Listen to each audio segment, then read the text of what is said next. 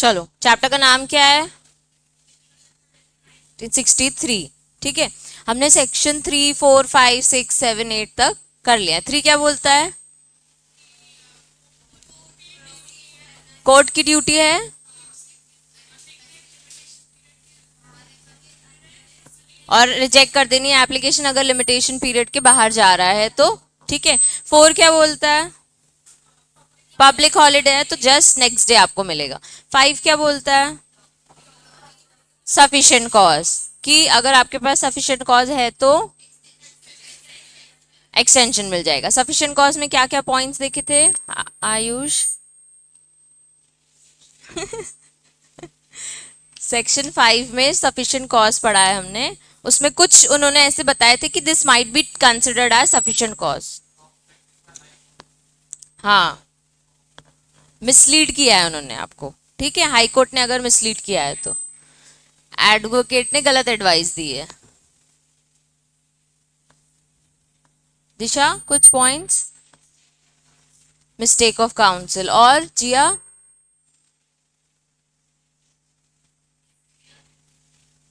Serious illness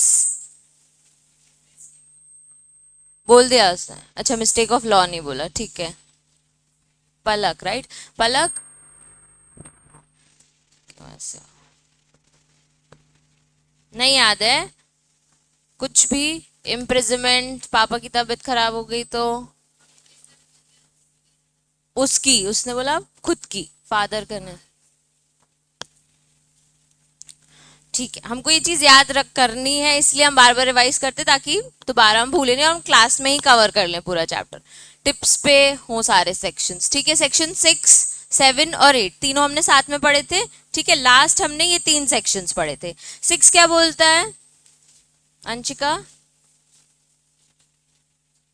मैंने आयुष, मानसी और जिया का केस बताया था उस दिन, तो आंसर दिया था तुमने। तीनों पार्टनर्स हैं, सूर्यांश के साथ डील कर रहे हैं, तो आयुष क्या था? नहीं याद आया?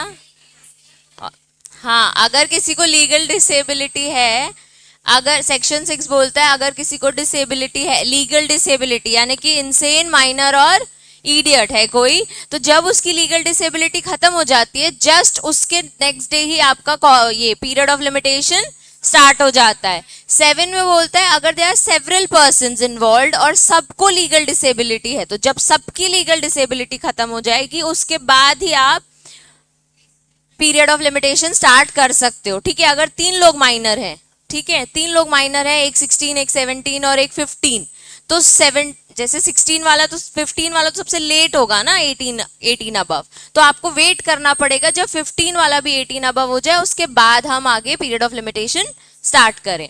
फिर बच्चों 7, 8 सेक्शंस 8 में क्या देखा था हमने?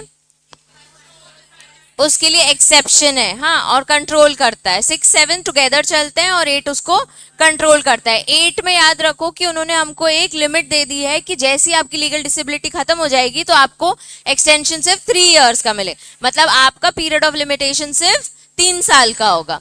अब और उसमें लिख दिया है अगर 3 साल से कम है तो विच एवर इज लेस, तो अगर आपका पीरियड ऑफ लिमिटेशन ऑलरेडी 1 या 2 ईयर का है तो आपको वो काउंट करना है।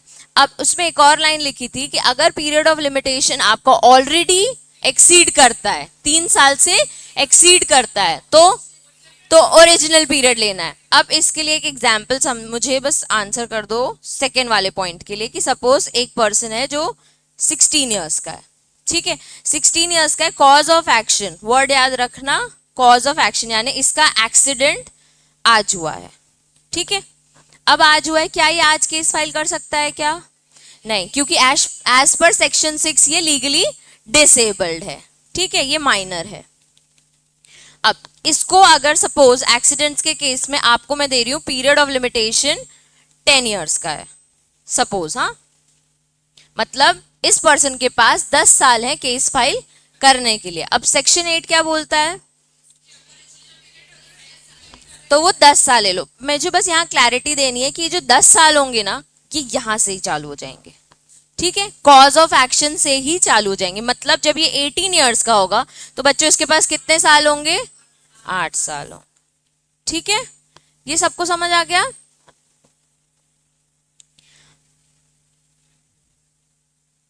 चलो सेक्शन 9 ये हमने डिस्कस कर लिया था एक पॉइंट पे, कंटिन्यूस रनिंग ऑफ टाइम। क्या होता है कंटिन्यूस रनिंग ऑफ टाइम? हमने बीच में एक डिस्कशन भी किया था कि अगर एक बार आप माइनर हो 16 ईयर्स के, अब आप 18 ईयर्स के हो गए, आपकी लीगल डिसेबिलिटी खत्म हो गई, आपका पीरियड ऑफ लिमिटेशन स्टार्ट हो गया।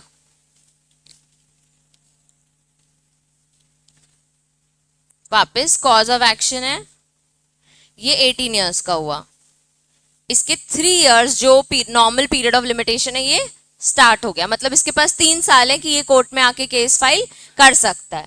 अब अगर ये 19 का जब हुआ तो ये इनसेन हो गया, तो अब क्या है, इसके पास वापस 3 साल है पीरियड ऑफ लिमिटेशन, तो कितने हैं? 2 साल, जो बचा खुचा पीरियड ऑफ लिमिट। तो ये क्या हो गया बच्चों? Continuous running of time. मतलब कि any subsequent disability will not control your period of limitation. मतलब एक डिसेबिलिटी की वजह से आपको हमने एक्सटेंशन दिया, इतना बड़ी चीज है। मतलब अगर कोई 10 इयर्स का है तो उसके बाद 18 इयर्स के बाद उसका पीरियड ऑफ लिमिटेशन चालू होगा। अब 18 के बाद आप 19 की हो रहे हो तब भी आप केस फाइल करनी नहीं है, और आप बोल रहे हो अब हम इनसे इन्हें वापस पीरियड ऑफ लिमिटेशन दे दो, तो हम अलाउ नहीं करेंगे। ठीक है, तो कोई भी हो, कोई भी सब्सिक्वेंट डिसेबिलिटी हो, आपको दोबारा पीरियड ऑफ लिमिटेशन स्टार्ट करने का मतलब नहीं मिलेगा। देखो, the rule of this section is based on English dictum, time when once it has commenced to run in any case will not cease to be by reason of any subsequent event। ठीक है, तो हम वो चीज को नहीं रोकेंगे किसी भी subsequent event से या फिर disability से। Thus, when any statute of limitation is begun to run, no subsequent disability or inability will stop this running। बस सेक्शन 9 में इतना ही है कि एक बार आपका पीरियड चालू हो गया तो वो कंटिन्यूसली चलता जाएगा। ऊपर वाला पैराग्राफ भी मार्क कर लेना, सेम चीज लिखी है। ठीक है,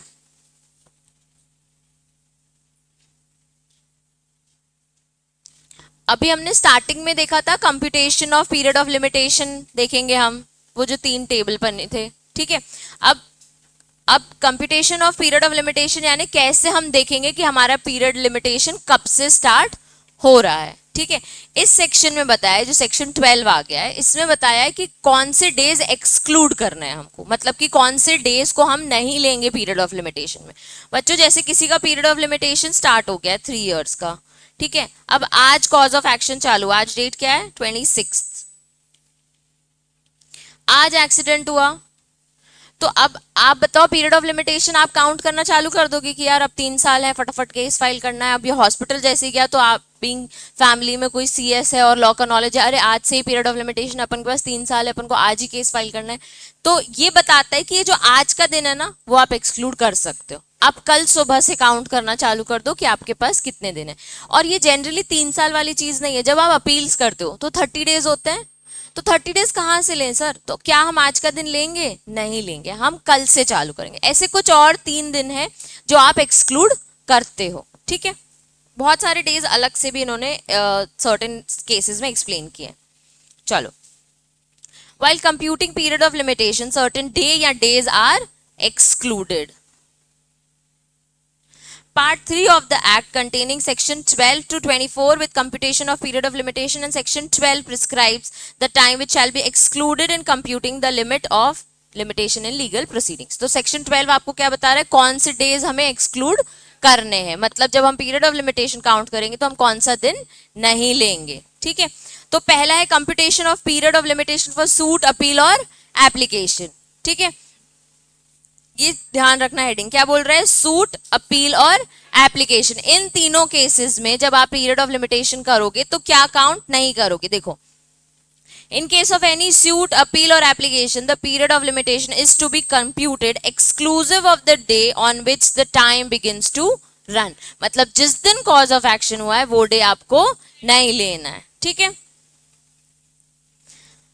उसके बाद फिर नेक्स्ट पॉइंट देखो, वहां पे मैंने मेंशन कर दिया है डे ऑफ एक्सीडेंट, वो हमें काउंट नहीं करना है, तो उसको आज से क्रॉस कर सकते हो।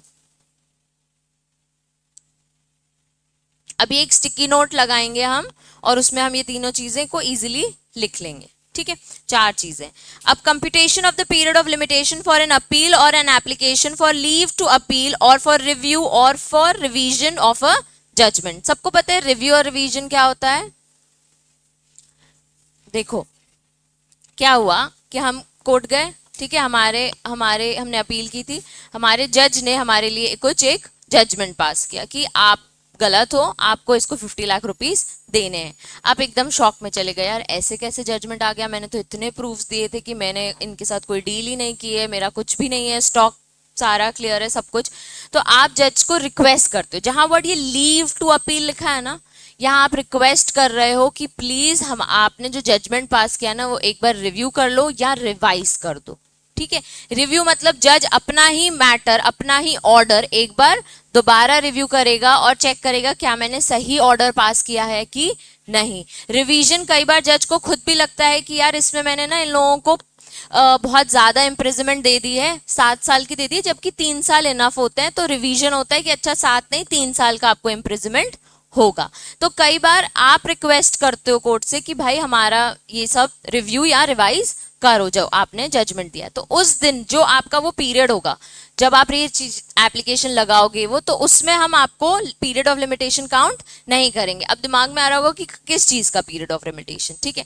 आपको इसके लिए आगे अपील करनी है अब, ठीक है। अपील के ऊपर आपको एक टाइम लिमिट दी जाएगी कि कितने दिन में आप रिव्यू और रिवीजन फाइल कर सकते हो। तो जो आप एप्लीकेशन प्रिपरेशन का टाइम और एप्लीकेशन फाइल करने का टाइम वो सब होता है ना, वो आप अवॉइड कर सकते हो। देखो कैसे मेंशन किया है, the day on which the judgment complaint was pronounced at the time requisite for the obtaining of copy of decree, sentence or order appealed from or sought to be revised review shall be excluded। अभी देखो example, ये जज बैठे हैं table पे, अपनी ऊपर बैठते हैं, ठीक है। अभी क्या हुआ, आज ऑर्डर आया, ठीक है। आज उन्होंने ऑर्डर दिया कि आपको कॉम्पनसेशन लगेगा 2 लाख का, ठीक है। ये ऑर्डर आ जाया, अब आपको इसकी कॉपी लेनी पड़ेगी, ठीक है। अब ऑब्टेनिंग ऑफ अ कॉपी के लिए ऐसा नहीं है कि कहीं पे प्रिस्क्राइब्ड है कि जाओ 4 दिन है कॉपी ले लो, ठीक है। जब ऑर्डर नोट होता है उसके बाद आप बाहर आते हो तो तुरंत आपको ऑर्डर नहीं मिलता है, हो सकता है 2 दिन बाद मिले, हो सकता है नेक्स्ट डे मिले, ठीक है। अब वो डिपेंड करता है कोर्ट टू कोर्ट, कोर्ट 1 है 3 है कौन से स्टेट का है, ठीक है। अब आपको पता है कि आप कोर्ट से बाहर आ गए, तो उस दिन का दिन, ठीक है, जिस दिन जजमेंट आया, नेक्स्ट डे का दिन जब आप कॉपी के लिए ऑब्टेन करने के लिए जाओगे, ठीक है। तो अब ये सारे डेज आप एक्सक्लूड कर सकते हो जब तक आपको एक प्रिस्क्राइब्ड लिमिट ऑफ टाइम, एक सफिशिएंट लिमिट ऑफ टाइम मिलता है कि आप जाके कॉपी ले सकते हो। तो जिस दिन जजमेंट आया वो, और नेक्स्ट डे जो आपको कॉपी जाके लेनी है, उसके बाद आप रिव्यू और रिवीजन करोगे। अब जैसे ये 2 लाख का आया, आपने सोचा कि यार मुझे 2 लाख का कॉम्पनसेशन नहीं होना था, ये बहुत ज्यादा है, मैं 50,000 दे सकता हूँ, ठीक है। 50 के उसने बोला मैं दे सकता हूँ, इसको रिव्यू और रिवीजन के लिए जाना पड़ेगा। जब कोई भी एक्ट में उसका मैटर चल रहा था उसमें लिखा है रिव्यू और रिवीजन आप कब दे सकते हो, 15 दिन में। आपको अगर अपने जज का ऑर्डर रिव्यू और रिवीजन करना है तो आपके पास कितने दिन है, 15 दिन। ये सपोज है, ठीक है, ये एग्जाम्पल है।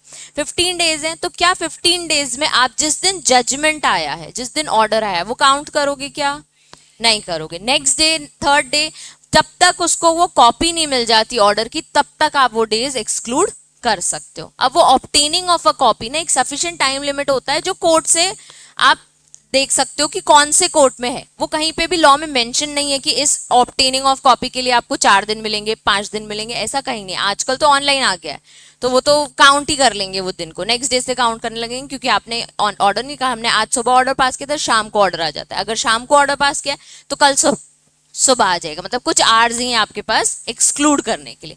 पर 1963 के हिसाब से जब ये लॉ बनाया था तब इनको लग रहा था कि एटलीस्ट 2-3 दिन लगेंगे ऑर्डर ऑफ कॉपी ऑब्टेन करने में, तो हम वो दिन भी एक्सक्लूड कर देंगे। तो मतलब अगर आप कोर्ट में एप्लीकेशन लेके आते हो, 15 दिन है, 5 दिन छोड़ के सपोज 10 दिन बचे हैं आपके पास, तो आप नेक्स्ट 15 डेज में लेके आए, तो जज ने बोला कि पीरियड ऑफ लिमिटेशन खत्म हो गया, तो आप बता सकते हो कि सर कॉपी 5 दिन में मिली थी, जिस दिन आपने ऑर्डर किया था वो 6वां दिन है, उसके बाद में आया हूं, तो मैं with in the prescribe period और लिमिटेशन पीरियड हूं, ठीक है। तो जब अपील और एप्लीकेशन का केस होता है, जब आपको रिव्यू और रिवीजन के लिए जाना होता है, तो प्रोनाउंसमेंट ऑफ जजमेंट, जिस दिन जज ने अपना ऑर्डर दिया है और जब तक आप कॉपी नहीं ले लेते डिक्री या ऑर्डर की, तब तक हम वो डे को एक्सक्लूड करते हैं।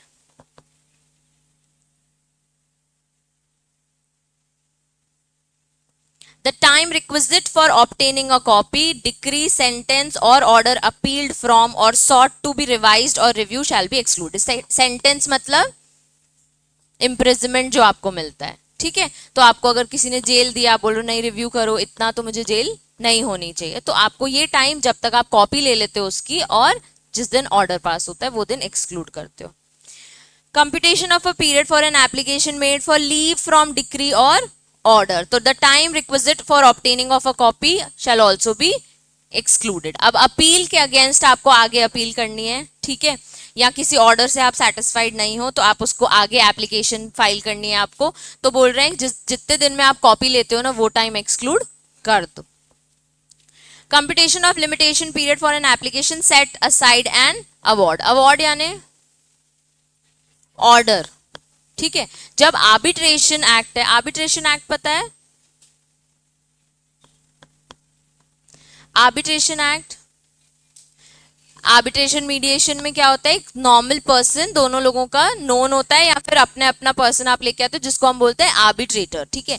आर्बिट्रेटर बैठ के आपके मुद्दे को सॉल्व करता है और ये जनरली अग्रीमेंट बेस्ड होते हैं, ठीक है। अग्रीमेंट में अगर क्लॉज है कि आर्बिट्रेशन के थ्रू हम अपने झगड़े सॉल्व कराएंगे तो आप आर्बिट्रेटर को बिठाते हो। अब जब आर्बिट्रेटर फाइनल एक वर्डिक्ट पे आता है कि करना क्या है, तो वो उसको अवार्ड बोलते हैं हम, ठीक है। अगर आर्बिट्रेटर ने अवार्ड ऑर्डर पास किया है कि आप दोनों में अब आगे इतनी सेल होगी और इतना अमाउंट जाएगा, तो ये आर्बिट्रेटर का ऑर्डर है और उसको हम क्या बोलते हैं, अवार्ड, ठीक है। होता ऑर्डर ही है पर उसको हम बोलते हैं अवार्ड। तो the time required for obtaining a copy of award shall be excluded, मतलब सब में सिर्फ यही था, कॉपी ऑब्टेन करने वाला टाइम हम एक्सक्लूड कर देंगे, ठीक है। सिर्फ पीरियड ऑफ सूट, अपील और एप्लीकेशन में बोल दिया कि जिस दिन से आपका दिन चालू है, मतलब जिस दिन कॉज ऑफ एक्शन हुआ है वो दिन आप एक्सक्लूड कर सकते हो। अपील और एप्लीकेशन में बोला है pronouncement of judgment plus obtaining of copy, फिर आगे अपील करनी है तो फिर क्या बोला है, obtaining of a copy, award के चक्कर में ऑब्टेनिंग ऑफ अ कॉपी। सब वो जो स्टिकी नोट या नोटबुक में लिखते हो ना वो निकालो।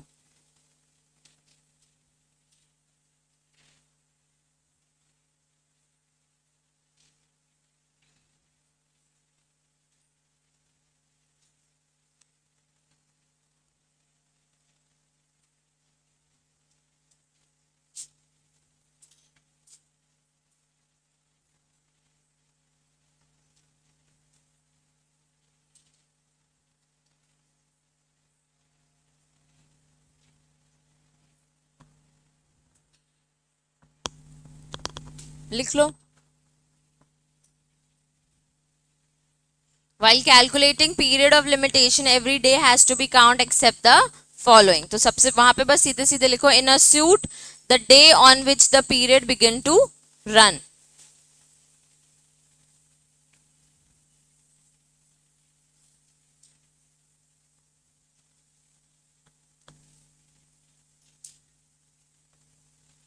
In case of suit dash, the period on which, the day on which period begin to run.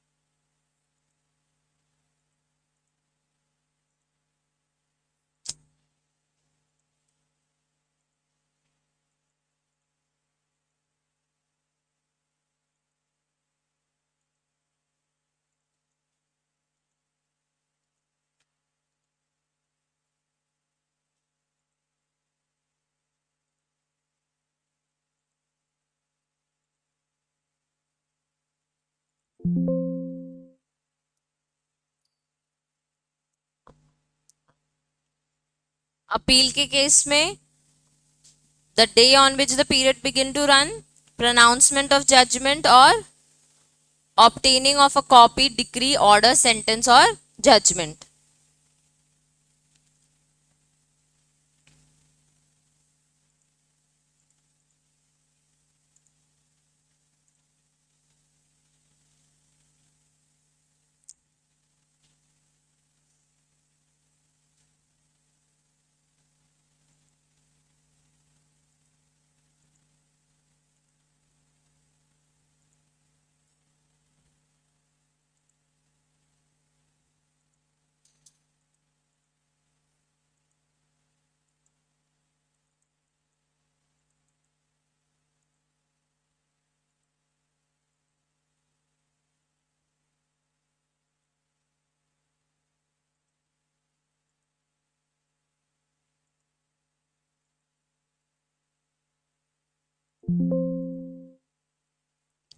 लिख लिया? सबको समझ आ रहा है ये? फिर एप्लीकेशन ऑफ रिवीजन और रिव्यू के लिए सेम चीज, application to set aside an award और एप्लीकेशन एंड ऑर्डर अलग से इसलिए वो लिख दिया है, अब पांचों चीजें अलग से एक्सप्लेन्ड है।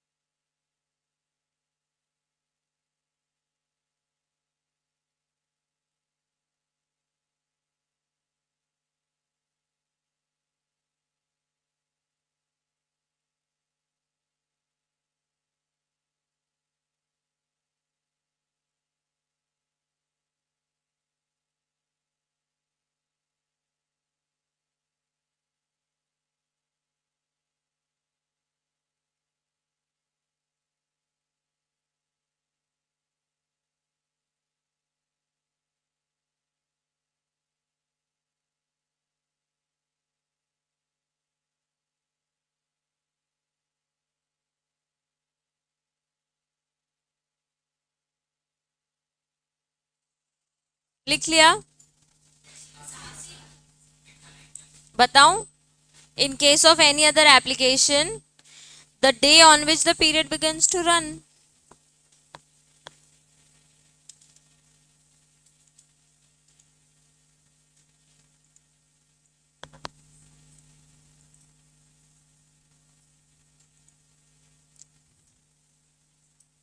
Done?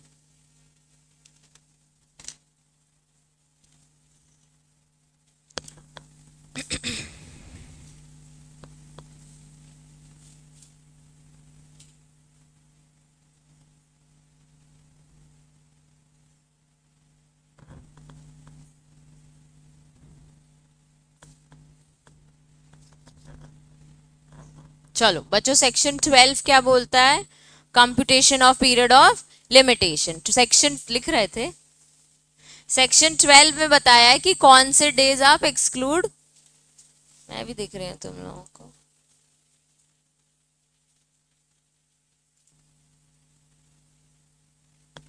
सेक्शन 12 क्या बोलता है? कौन से डेज आप एक्सक्लूड करते हो when you count period of limitations. तो हमने ऐसे 4-5 चीजें देख ली जिनके केस में हम क्या क्या एक्सक्लूड करते। तो एक हो गया सूट, एक हो गया अपील, एक हो गया application for review and revision, एक हो गया application to set aside an award, और एक in case of any other application. तुमको ऐसे ही याद होने चाहिए। कितने? 1 2 3 4 5। ठीक है, तो suit, appeal, review and revision, set aside an award और एनी अदर एप्लीकेशन। सूट में क्या है?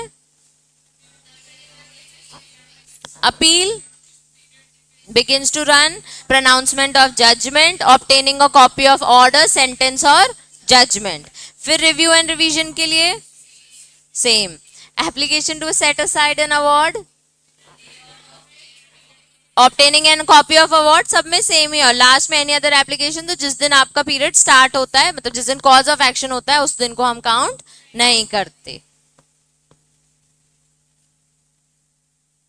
वहां पे देखो, जो मैं तुम लोगों को बताई थी, time requisite for obtaining a copy, कि एक फिक्स नहीं है, कहीं पे किसी लॉ में डिफाइंड नहीं है कि क्या होता है। तो उसका एक केस लॉ है कि रीजनेबल टाइम जो लगता है एक कॉपी लेने को लिए, वो आप बोलोगे हमको तो 1 साल लग गया सर कॉपी लेने के लिए, इसलिए हम 1 साल बाद आए हैं। तो ऐसा नहीं होगा। एक रीजनेबल टाइम है कि 2-3 डेज में तो ऑर्डर आपको मिल ही जाता है, तो आप वो चीज कंसिडर हम कर लेंगे जब हम पीरियड एक्सक्लूड करेंगे। ठीक है,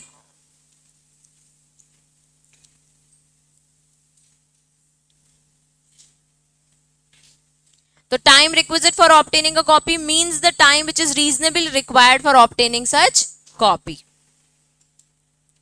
exclusion of the time during the leave to sue or appeal as a pauper is applied for। ये हो गया सेक्शन हमारा 13। पॉपर यानी मैंने चैप्टर के स्टार्टिंग में बताया था, इंडिजेंट पर्सन, पुअर पर्सन जो नहीं कोर्ट फीस पे कर सकता। ठीक है, अब इसको ना, इसका टाइम पीरियड इन्होंने एक्सक्लूड करने की बात की है कि इसके लिए हम इसका टाइम पीरियड एक्सक्लूड करेंगे। कौन सा टाइम बच्चों? एक बार देखो, in computing the period of limitation prescribed for any suit, appeal in any case where an application for leave to sue or appeal as a pauper has been made and rejected, the time during which the applicant has been prosecuting in good faith his application for such leave shall be excluded। देखो क्या होता है, एक ये poor person है, ठीक है, इसके साथ गलत हुआ है, इसके पास पैसे नहीं है, इसने क्या किया, एप्लीकेशन डाली कोर्ट में। आज गलत हुआ है सपोज 26 जनवरी को, इसके पास एक छोटा सा घर है, ठीक है, ये घर किसी ने तोड़ दिया,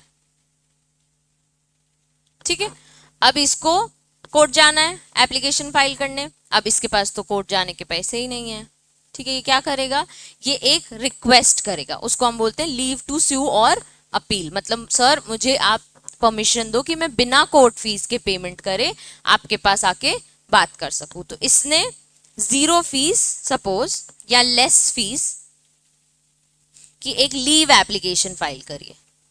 लीव एप्लीकेशन यानी वो नहीं कि छुट्टी चाहिए, लीव एप्लीकेशन बेसिकली हमको फीस से छुट्टी चाहिए, ठीक है। अब इसकी एप्लीकेशन इसने फाइल की, अब इसका पीरियड ऑफ लिमिटेशन 26 जनवरी से चालू हो गया था, इसने एप्लीकेशन फाइल करी, सपोज नेक्स्ट डे ही चला गया ये एक लॉयर के पास, 1 हफ्ते के बाद इसका पीरियड चालू, मतलब नेक्स्ट डे से पीरियड चालू हो गया, पर 1 हफ्ते से इसका काम चालू हो गया कि एप्लीकेशन डालना है वो। अब जब इसने कोर्ट में डाला कि ऐसा ऐसा हुआ है मेरे साथ, मेरे पास पैसे नहीं है, मुझे फीस मत दो, इसकी एप्लीकेशन रिजेक्ट हो गई, ठीक है, एप्लीकेशन रिजेक्ट कि हम नहीं एक्सेप्ट करेंगे, हम मान ही नहीं रहे, तुम गरीब हो, हम नहीं लेंगे ऐसा, ठीक है। तो जब आपका ये पीरियड चालू हो गया था 26 जनवरी के बाद से, सपोज 27 जनवरी से, ये करते करते अगर आपको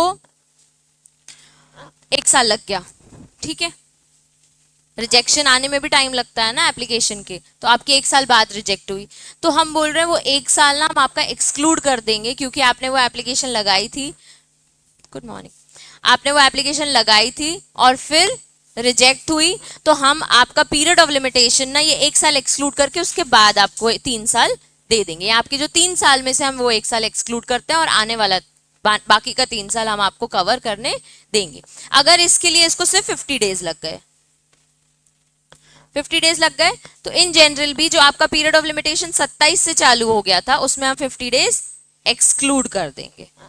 ठीक है, फिर आप कोर्ट आओ और हम आपकी जो भी लेस फीस है उसमें एक्सेप्ट कर लेंगे आपकी एप्लीकेशन। देखो आगे क्या लिखा है, पहले तो ये वो पीरियड हम एक्सक्लूड कर रहे हैं जो आपने एप्लीकेशन लगाई थी और आपकी रिजेक्ट हो गई। ठीक है, आगे लिखा है and the court may on the payment of court fees prescribe for such suit or appeal treat the suit or appeal as having the same force and effect as if the court fees has been paid in the first instance. इसका मतलब है जब आपने दोबारा file किया कि sir मेरी एक बार तो एप्लीकेशन रिजेक्ट हो गई थी, तो जब आप दोबारा आए तब कोर्ट ने आपको बोला अच्छा ठीक है कोर्ट फीस 13,000 कुछ है, 13,000, एक काम करो तुम 5,000 दो और मैं तुम्हारा सेम इफेक्ट से फर्स्ट इंस्टेंस ही कवर करूंगा कि आज तुम्हारा केस चालू हुआ है और सेम इफेक्ट से मैं इसको आगे जजमेंट दूंगा या जो भी आपका मैटर उस हिसाब से चलेगा। ठीक है, तो जो पॉपर का केस आता है तो उसकी जो एप्लीकेशन है for leave to sue or appeal, जहां पे वो पे फीस नहीं कर सकता इसलिए वर्ड पॉपर यूज किया है। ठीक है, तो जब इसकी एप्लीकेशन रिजेक्ट हो जाएगी वो पूरा पीरियड हम एक्सक्लूड करने के लिए उसको देंगे। ठीक है, ये हो गया हमारा सेक्शन 13। सेक्शन 12 क्या बोल रहा था?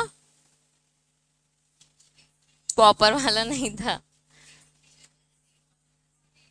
कौन कौन से डेट, तो सूट अपील और एप्लीकेशन में कौन कौन से डेट्स हम एक्सक्लूड करते हैं। और सेक्शन 13 क्या बोल रहा है? पॉपर की लीव फॉर और अपील वाली एप्लीकेशन पीरियड को हम एक्सक्लूड करेंगे। Section 14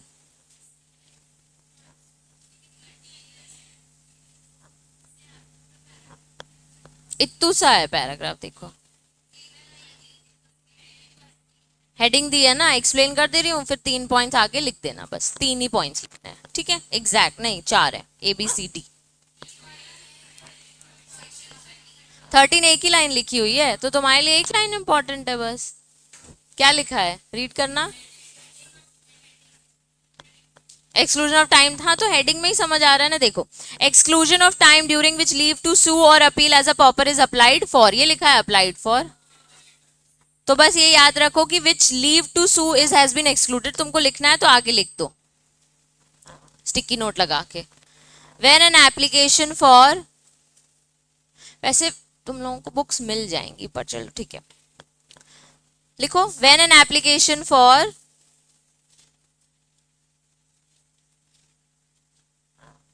leave to sue or appeal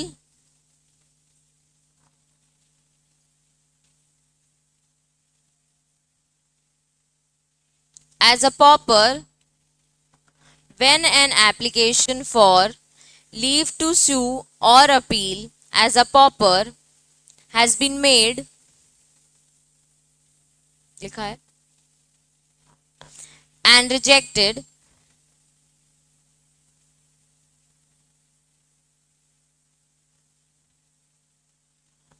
comma, the application has been made in good faith,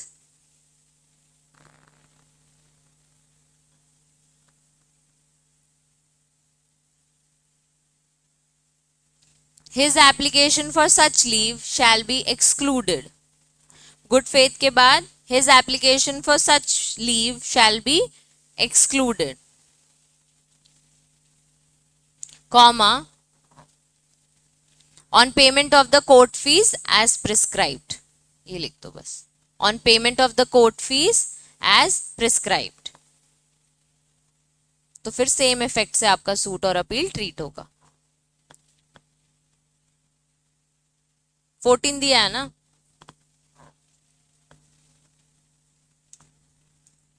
लिख लिया। चलो सेक्शन 14 देखो कैसे लिखा है, exclusion of the time bona fide taken in the court without jurisdiction. इसका मतलब, ज्यूरिसडिक्शन का मतलब पता है गौरव? ज्यूरिसडिक्शन का मतलब नहीं, गौरव से पूछ रहे हैं, नहीं पता? राशि, ज्यूरिसडिक्शन का मतलब अपन ने तो बहुत सारा पढ़ लिया है जुरिस्डिक्शन जुरिस्डिक्शन। सूर्यांश, जुरिस्डिक्शन का मतलब एरिया, कोर्ट के लिए, कोर्ट के अंदर कोई एरिया। आपको पता है जुरिस्डिक्शन का मतलब? जुरिस्डिक्शन यानी कि एक कोर्ट है, एमपी में है हाई कोर्ट, तो एमपी के हाई कोर्ट क्या महाराष्ट्र के केसेस लेंगे क्या? तो उसका जुरिस्डिक्शन क्या है? मध्य प्रदेश। ठीक है, तो मध्य प्रदेश के सारे मैटर्स वो लेंगे। अभी देखो क्या होता है।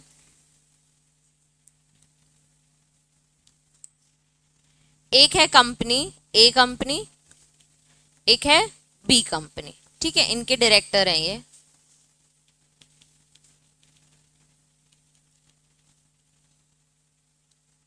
ये भी डायरेक्टर है। इन्होंने मीटिंग करी और डील करी एक, कि हम आपको सॉफ्टवेयर, एक उन्होंने बनाया हुआ ए कंपनी ने, उसकी सर्विसेज देंगे, आप मुझे मंथली पे करना 50,000। ठीक है के ठीक है, तो कौन पे कर रहा है? बी कंपनी पे कर रही है और ये ए कंपनी सर्विसेज दे रही है। ठीक है, अभी क्या हुआ, फर्स्ट मंथ पेमेंट आ गई, सेकेंड मंथ आ गई, दोनों कंपनीज एमपी में है। ठीक है, दोनों कंपनीज एमपी में है। डायरेक्टर ये हो रहा है मुंबई घूम रहा है और ये बैंगलोर घूम रहे हैं। अभी क्या हो रहा है कि थर्ड मंथ पेमेंट नहीं आई, फोर्थ मंथ पेमेंट नहीं आई और सर्विसेज बकायदा जा रही हैं। अब 2 मंथ्स की पेमेंट नहीं आई, 50,000 यानी 1 लाख नहीं। अब कंपनी दूसरी कंपनी में केस फाइल करेगी। ठीक है, दोनों कंपनीज एमपी में है, तो कायदे से कहाँ पे केस फाइल करना चाहिए इनको? एमपी में, क्योंकि मैटर यहीं चल रहा है। ठीक है, अब क्योंकि डायरेक्टर ने सोचा मैं केस फाइल करता हूँ, मेरी इससे पर्सनल लड़ाई है, रहने दो, मैं कंपनी को सेकंड पार्टी बना लूंगा, मैं फर्स्ट पार्टी बनूं। तो डायरेक्टर कहाँ है? मुंबई में। ठीक है, दूसरा डायरेक्टर कहाँ है? बैंगलोर में। ठीक है, जनरली क्या होता है, जो आप केस फाइल करते हो ये एक ऐसा होता है कि जहां पे कॉज ऑफ एक्शन, जिस प्लेस पे कॉज ऑफ एक्शन हुआ है वो, या जिस प्लेस पे जो पार्टी रह रही है जिसको केस फाइल करना है वो, या फिर जिस प्लेस पे वो दूसरी पार्टी रहती है वो वहां करते हैं। ठीक है, अब वो रहती मतलब ऐसा नहीं है कि घूमने गई है तो वहां कर लो। अब कोई अंडमान निकोबार घूमने गया तो आपने सोचा अरे 5 दिन अंडमान निकोबार में वहीं केस फाइल कर देते हैं, ऐसा नहीं होता है। ठीक है, जिस दर पे वो रहते हैं। अब ये लोग कहाँ रह, एमपी में कंपनी खोली है मतलब कहाँ रहते हैं? एमपी में रहते हैं। अब मुंबई कुछ काम से गए होंगे। ठीक है, अब डायरेक्टर को पता नहीं था, उसको एक रॉन्ग एडवाइस भी हो सकता है मिल गई हो लॉयर के थ्रू, पर जनरली इसने इतनी इन्फॉर्मेशन दी कि वो डायरेक्टर बैंगलोर में, हमको बैंगलोर में केस फाइल करना है। मतलब एमपी छोड़ के महाराष्ट्र में बैठा हुआ बंदे ने कर्नाटका में जाके केस फाइल कर दिया। ठीक है, उसको नहीं पता था, उसको लॉ नहीं पता था कि मैं बैंगलोर में केस फाइल कर सकता हूँ कि नहीं। जब यहाँ पे एक मैटर चालू हो गया बैंगलोर में, ठीक है, आपकी एप्लीकेशन भी फाइल हो गई, मैटर चल रहा है ये वो, अब आपकी साइड से ना एप्लीकेशन रिजेक्ट हो गई जज के साइड से कि मेरे पास इस मैटर का तो जुरिस्डिक्शन ही नहीं है, मैं कैसे कर सकता हूँ, ये तो एमपी की कंपनीज हैं, ये दोनों बंदे एमपी के हैं, मैं तो इसके लिए अब बैठा ही नहीं हूँ इस मैटर को हैंडल करने के लिए। तो वो उसको क्या कर देगा? रिजेक्ट कर देगा, ये लिख के कि मेरे पास इसका कोई जुरिस्डिक्शन नहीं है।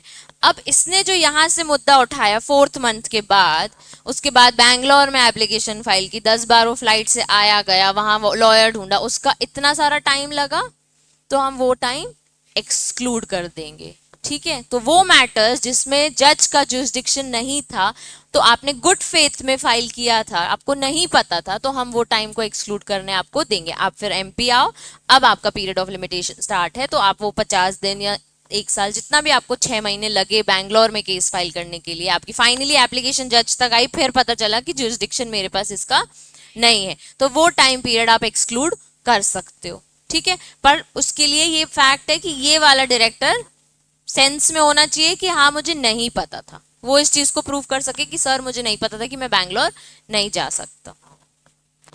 उसके कुछ पॉइंट्स हैं। The relief to a person is given by section 14 ki when the period of limitation is over because another civil proceeding relating to the matter in issue has been initiated in a court which is unable to entertain it. By lack of jurisdiction or by any other like cause. ठीक है, same type का कोई cause होगा jurisdiction को लेके, तो हम आपको वो पीरियड ऑफ लिमिटेशन आपका खत्म भी हो गया तो हम आपको देंगे कि चलो ठीक है आ जाओ एप्लीकेशन देने। ठीक है, फॉलोइंग कंडीशंस मस्ट कोएग्जिस्ट। पहली क्या है, द प्लेंटिफ और applicant was prosecuting another civil proceedings against the defendant with due diligence in the above said court. अभी क्या हुआ, उसके पास जुरिस्डिक्शन नहीं था, उसने एक सिविल प्रोसीडिंग्स बैंगलोर में स्टार्ट करवा दी थी। द प्रीवियस सूट और application related to the same matter in issue. जब तुम एमपी में आए कि अब तुम एप्लीकेशन दे रहे हो, अब तुम्हारे पे पीरियड ऑफ लिमिटेशन है नहीं, तो खत्म हो गया है, तुमने पूरा टाइम बैंगलोर में लगा दिया, तो तुम बताओगे कि सर मेरी वही सेम इशू को ही लेके मैंने बैंगलोर में फाइल की थी और रिजेक्ट हो गया due to lack of jurisdiction. The plaintiff or applicant prosecuted in good faith. ठीक है, मतलब लॉयर को भी नहीं पता था और प्लेंटिव को भी नहीं पता था। The court was unable to entertain a suit or application on account of defect, jurisdiction or other like cause। मतलब कोर्ट ने आपकी एप्लीकेशन क्यों रिजेक्ट की, ओनली बिकॉज ऑफ जुरिस्डिक्शन, कि मेरे पास इस एरिया के केसेस को लेने का कोई काम नहीं है, मैं नहीं कवर करता, मेरे को इतनी लॉ की तरफ से परमिशन ही नहीं है कि मैं ये मैटर डिस्कस कर सकूं। तो सेक्शन 12 क्या बोलता है बच्चों, कौन से पीरियड हम एक्सक्लूड करेंगे, सूट, एप्लीकेशन और अपील के केस में। उसमें हमने देखा है कि एक रिव्यू एंड रिवीजन है और एक अवार्ड वाला मैटर अलग से। फिर सेक्शन 13 क्या था, पॉपर के लिए टाइम एक्सक्लूड होता है वो वाला जब उसकी application leave for Sue or appeal उसने फाइल की और वो रिजेक्ट हो गई हो। फिर सेक्शन 14 यानी तो फिर आपको पीरियड ऑफ लिमिटेशन आपका खत्म हो गया है। क्यों, क्योंकि अर्लियर सिविल प्रोसीडिंग्स में सेम इशू के केस में आपकी एप्लीकेशन रिजेक्ट हो गई due to lack of jurisdiction. तो इसके लिए अब हम आपकी एप्लीकेशन एक्सेप्ट करेंगे। उसमें 4 बातें हैं जो एक्सक्लूड, जो उसमें कोएग्जिस्ट करनी चाहिए। पहली बात क्या है बच्चे, आपने स्टार्ट करी है, ठीक है। दूसरी जो प्रीवियस वाली थी वो सेम इशू में थी। तीसरी गुड फेथ में। चौथी अनेबल टू एंटरटेन क्योंकि जुरिस्डिक्शन नहीं था, ठीक है। अर्लियर कोर्ट ने आपका केस इसलिए एंटरटेन नहीं किया क्योंकि उसके पास जुरिस्डिक्शन नहीं था, ठीक है। तो 3, 4, 5, 6, 7, 8, फिर 12, फिर 13, 9 भी पढ़ा हमने कंटिन्यूस रनिंग ऑफ टाइम, फिर 12, 13 और 14। सबको सेक्शन वाइज याद है? नहीं बोला किसी ने? चलो अब ये सेक्शन 15 है, देखो ये बहुत इंटरेस्टिंग सेक्शन है। Exclusion of time in certain other cases. अब 1 बाय 1 तुम रीड करके बताना कौन सा टाइम तुम्हें लगता है कि इंटरप्रिटेशन करने की कोशिश करना कि कौन सा तुम्हें लगता है कि एक्सक्लूड करने के लिए बोल रहे हैं, ठीक है। अंश का फर्स्ट पॉइंट पढ़ना, ए पॉइंट,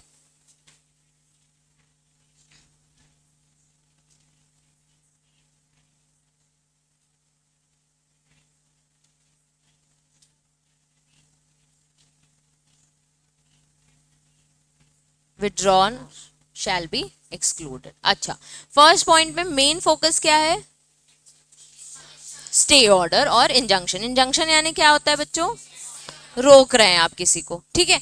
तो अब फर्स्ट पॉइंट में वो क्या बोलने की कोशिश कर रहे हैं,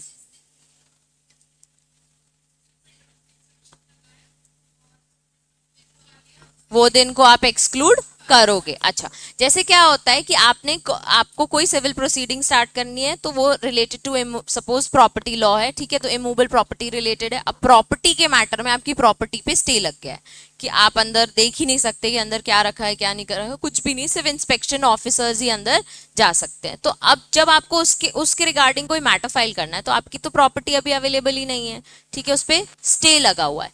तो अब स्टे लगा हुआ है तो हम आपको जिस दिन स्टे लगा है या जब तक स्टे है उस प्रॉपर्टी पे तब तक हम आपको वो टाइम एक्सक्लूड करने देते हैं कि ठीक है अब स्टे हट गया, अब आप प्रोसीडिंग स्टार्ट करवा सकते हो। तो हम आपको अलाउ करते हैं कि जिस दिन आपने जब तक विड्रॉ हो आपका स्टे वो पीरियड आप एक्सक्लूड कर दो पीरियड ऑफ लिमिटेशन में, कि जब ये स्टे हटेगा तब तो मैं आके मैटर जाके सॉल्व करूँ। तो सबसे पहले क्या होता है, स्टे हटाने के लिए भी आप कोर्ट में एप्लीकेशन करते हो कि सर इमूवेबल प्रॉपर्टी में स्टे लगा है, पहले तो वो तो हटाओ, फिर वो हटवाएंगे कोर्ट, उसके बाद हटवाने के बाद आपका पीरियड ऑफ लिमिटेशन स्टार्ट होता है। तरुण सेकेंड पॉइंट पढ़ना,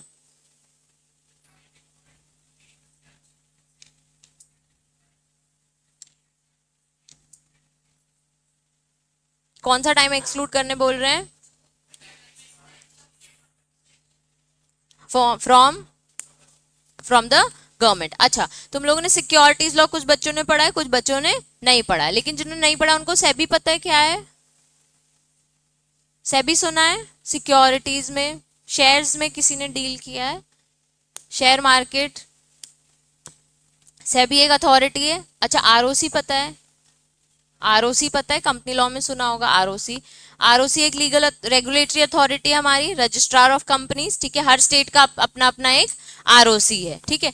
अभी क्या होता है कि जैसे कंपनीज के मैटर होते हैं, तो आपको कई बार होता है कि पहले आपको आरओसी परमिशन लेनी है कि क्या आप इस मैटर को लेके जा सकते हो कि नहीं, तो आपको आरओसी से कंसेंट चाहिए। ये हो गई नॉर्मल कंपनीज, ठीक है। अब जब लिस्टेड कंपनीज आती है उनको आरओसी से, स्टॉक एक्सचेंज से, सेबी में इन्फॉर्म करना, सब जगह बहुत सारी टैक्स वाली अथॉरिटीज, सब अथॉरिटीज से आपको पहले कंसेंट लेनी पड़ेगी। और ये सिंपल एग्जांपल है मर्जर एंड अमलगमेशन। जब दो कंपनीज का मर्जर एंड अमलगमेशन होता है तो उनको इन रेगुलेटरीज से पहले कंसेंट लेके आनी पड़ती है कोर्ट में। उसके लिए होता है कि आज अगर आपने बोर्ड रेजोल्यूशन पास किया है तो अगले 30 दिन में सबको नोटिस भेज दो, सबकी कंसेंट आनी चाहिए, रिटर्न में आनी चाहिए, सिग्नेचर होना चाहिए सबका, या उनके कोई कमेंट्स है तो वो आए, फिर एड्रेस करो उनके कमेंट्स को। तो वो टाइम पीरियड ना हम एक्सक्लूड करने के लिए आपको अलाउ करते हैं कि जब भी आपको किसी और गवर्नमेंट अथॉरिटीज या रेगुलेटरी अथॉरिटी या स्टैट्यूटरी अथॉरिटीज से कोई कंसेंट लेनी है तो वो टाइम हम एक्सक्लूड करने आपको देंगे। तो अगर लॉ में आपको 30 डेज दिया है तो 30 डेज बाद अगर आप एप्लीकेशन फाइल करने आए तो हम पीरियड ऑफ लिमिटेशन वहां से आपका काउंट करना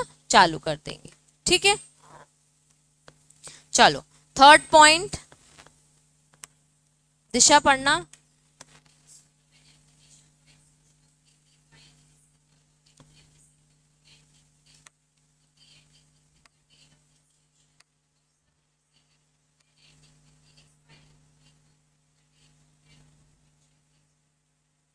नहीं समझा होगा, ये थोड़ा डिफिकल्ट पॉइंट है किसी को। सूर्यांश, तुमको समझ आया? रिसीवर, इंटरिम रिसीवर और लिक्विडेटर कौन होते हैं ये लोग? इंसॉल्वेंसी में होते हैं, ठीक है। इंसॉल्वेंसी आने एक कंपनी इंसॉल्वेंट हो गई या वाइंड अप के लिए बात कर रही है, ठीक है। अब उसके लिए क्या होता है,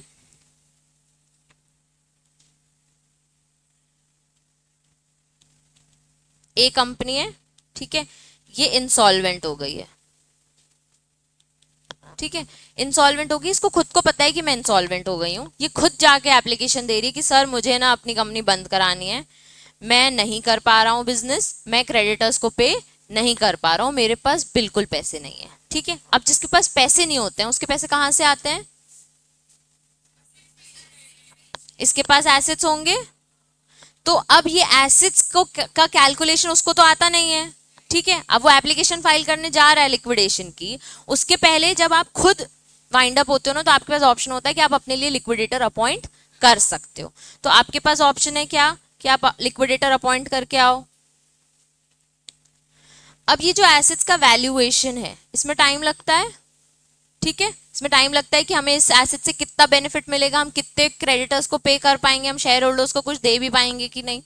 तो कोर्ट बोल रहा है कि जब आप लिक्विडेटर, रिसीवर और इंटरिम रिसीवर अपॉइंट करते हो, ठीक है, तो हम आपको टाइम लिमिट देते हैं एक्सक्लूड करने के लिए, जब आप एसेट्स का कैलकुलेशन कर रहे हो कि इस एसेट से हमें कितना बेनिफिट हो सकता है, और इसको अगर पीरियड ऑफ लिमिटेशन में कवर करना है। जैसे कि ये वाइंड अप हो रही है, इसका ऑलरेडी कहीं ना कहीं डील चल रहा होगा जहां से इसको भी कुछ डेटर्स भी तो होंगे ना, डेटर्स भी तो एसेट्स में ही कवर होते हैं, जहां से इसको पैसे लेने हैं, ठीक है। अब इसको अगर पैसे लेने हैं किसी से, मतलब ये इसका डेटर है, इसको पैसे लेने हैं, इसको कोर्ट में केस फाइल करना है कि मुझे इससे पैसे लेने हैं। अब इसके पास खुद के पास नहीं है और इसको वाइंडिंग अप की भी एप्लीकेशन डालनी है। इसके अगेंस्ट वो काउंट तब कर पाएगा जब उसको पता होगा कि मेरे एसेट्स का वैल्यूएशन कितना है, आखिर वो डेटर से मुझे कितने पैसे निकालने हैं, जब वो पूरा कवर कर पाएगा, ठीक है।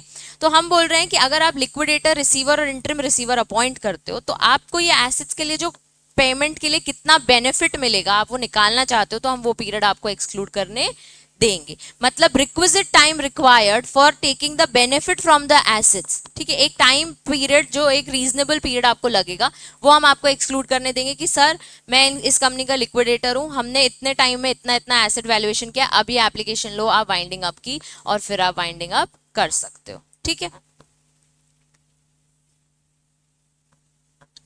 चलो, कैसे लिखा है? इन अ सूट और application for execution of a decree, ठीक है, ऑर्डर चाहिए बाय एनी रिसीवर और इंटरिम रिसीवर और any liquidator from the beginning from the period beginning with the date institution of such proceedings and ending with the expiry of 3 months from the date of appointment shall be excluded. इसका मतलब क्या है कि आपका period आज चालू हुआ liquidation के लिए, एक पहले मैटर समझो, ठीक है, एक एक्स और वाई कंपनीज है,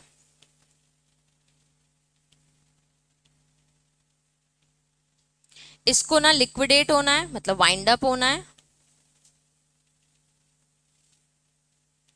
और लिक्विडेटर लगेगा एक। तो आज जब पीरियड आपकी प्रोसीडिंग चालू हो रही है, ठीक है, ये लिक्विडेटर आ गया और एक एडवोकेट आ गया जो एप्लीकेशन फाइल करेगा।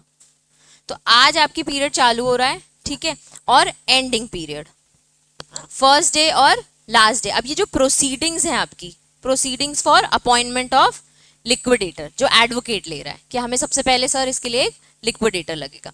तो ये जो फर्स्ट डे से लास्ट डे तक आपको प्रोसीडिंग्स किसके लिए लग रही है, अपॉइंटमेंट ऑफ लिक्विडेटर के लिए, प्लस हमने 3 मंथ्स और दे दिया आपको,